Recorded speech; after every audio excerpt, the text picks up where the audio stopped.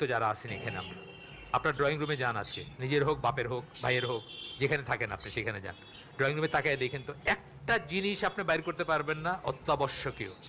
Average Bangladeshi মধ্যবিত্তের drawing রুমে একটা জিনিস বাইর করতে পারবেন না অত্যাবশ্যকীয়, এক্সেপ্ট ফ্যান হয়তো পাইতে পারেন, ফ্যান আর লাইট ছাড়া। আপনার দেখবেন সোফাটা কেনা হয়েছে, দেখতে কেমন লাগবে, আপনার আলমারিটা সাজানো হয়েছে শো পিস দিয়ে, দেখতে কেমন লাগবে। এই প্রত্যেকটা জিনিস বাহুল্য, কিন্তু এটার জন্য আপনি সুদ খাইছেন, নাইলে ঘুষ খাইছেন, নাইলে এক্সট্রা টাইম ওভার টাইম করছেন, বউরে সময় দেন নাই, বউ পরকিয়া করছে, অথবা একটা কিছু, মানে অনাচার অবিচারগুলো বলতেছি। আসতেছে কই থেকে? আপনি যতটুকু দরকার তার ভিতর সীমাবদ্ধ করতেছেন না কিন্তু আপনাকে।